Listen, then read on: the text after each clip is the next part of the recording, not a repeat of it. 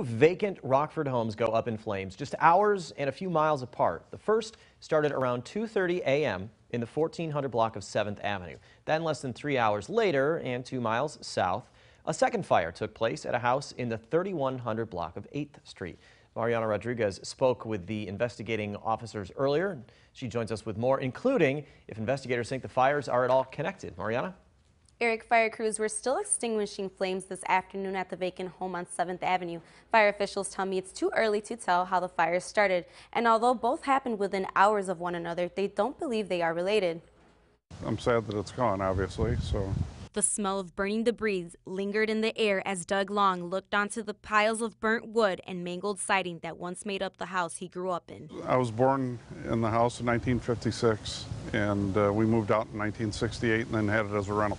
His childhood home sat vacant on 7th Avenue and was the first of 2 homes to go up in flames early Thursday morning. They posted a couple pictures and I looked at it and I said, that's our house.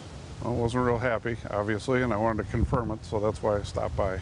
A few hours later and a couple miles south on 8th Street, the Rockford Fire Department responded to a second vacant home engulfed in flames. Both fires labeled incendiary by fire officials. When it comes to the vacant homes, you know, there's no rhyme or reason as to how or why. I mean, it's either intentional or it's an accident. Those vacant homes become the target for shelter every year when the weather gets colder. The homeless want to start seeking shelter.